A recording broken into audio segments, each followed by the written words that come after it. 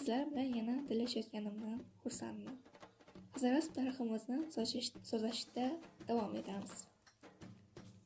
Markaziy Osiyo va Yaqin Sharq mintaqalarida Hazarasp, Hazor Mardon, Hazar Leon, Hazarek, Hazoriy, Ozoriy kabi qal'a, joy, dengiz, qabila, urug', xalq nomlarini uchratish mumkin. Ularning qaysi biri Hazarasp nomiga bevosita aloqador ekanligini aniqlash foydadan xoli bo'lmasa kerak.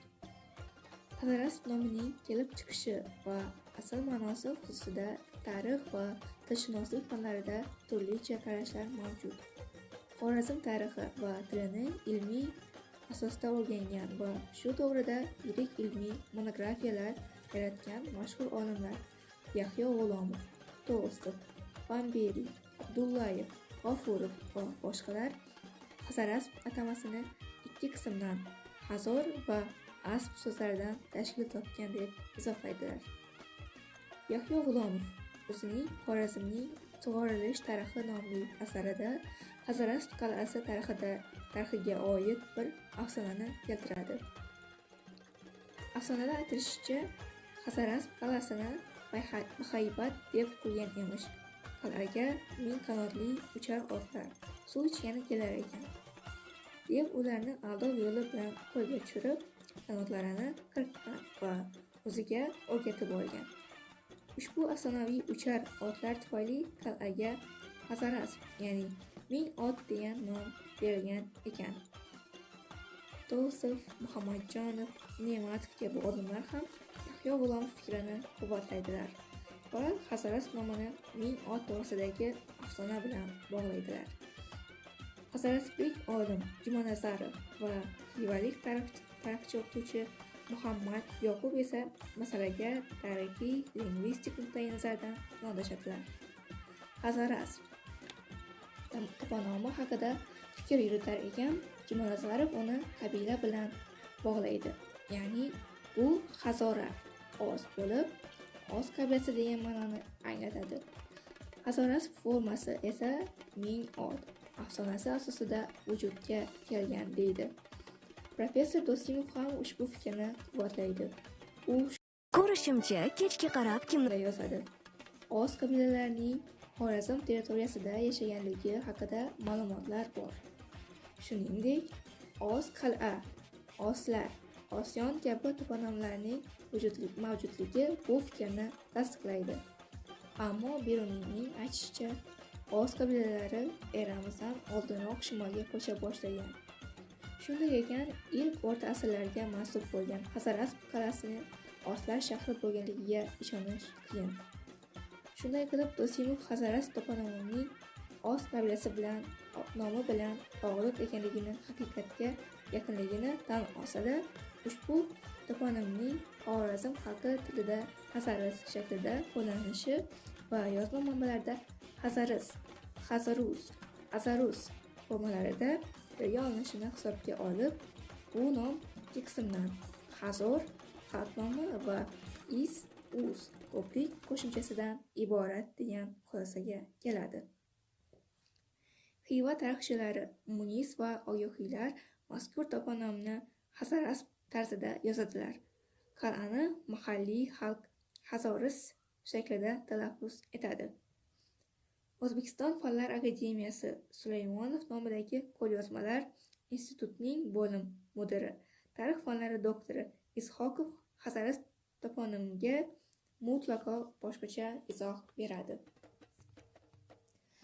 Aslida Hazarasp so'zi juda qadimiy bo'lib, uning ma'nosi zardushtiylik, dunyoqarashidagi muqaddas olov tushunchasi bilan bog'liqdir.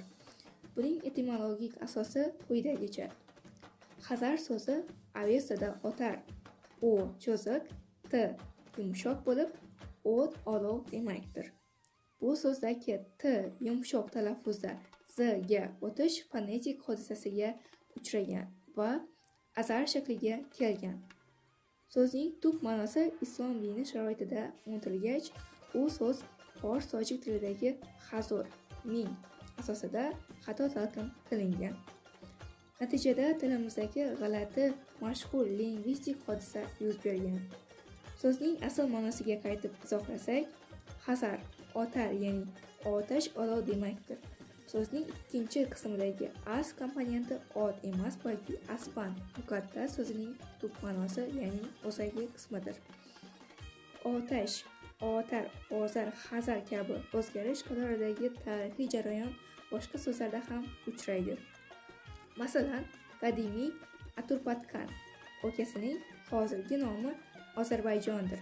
Ya'ni yana bir misol, xushbo'y hid taratib yonuvchi shifobaxsh o'simlik isiriqning o'zbek shevalaridagi nomi Hazaraspan qadimgi Aturaspen so'zidan kelib chiqqan.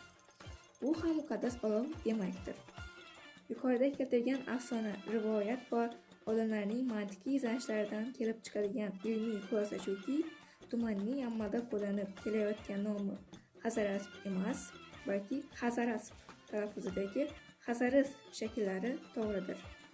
Toponimning ma'nosi agar qadimgi Xorazm Zardushtiylik dinining asl vatani ekanligini nazarda tutsak, muqaddas olov ma'nosi bilan bog'liq ekanligini haqiqatga yaqinroqdir. Ushbu fikr Tolstoy tomonidan 1945-yil aprel oyida, Yahyo G'ulomov tomonidan 1959-yilda yozib qoldirilgan. Bir bashoratni yodga soladi. Mazdaizm O'rta Osiyodan va hatto Xorazmdan kelib chiqqan. Bundaqishning birinchi muqaddas olovini Adar Xuroni Jamshid Xorazmda yoqqan degan fikr haqdir.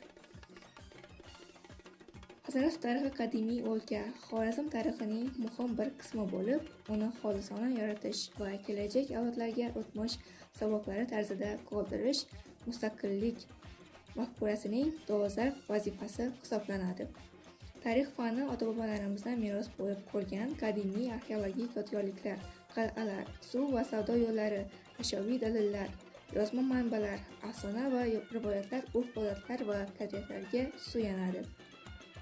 Qadrada quyosh aks etganidek, ushbu manbalar va ashyoviy dalillar o'tmish ajdodlarimizning turmush tarzi, ishlab chiqarish madaniyati, orzu-umidlaridan bizni ogoh etadi, ilmiy tasavvurlarimizni yanada boyitadi.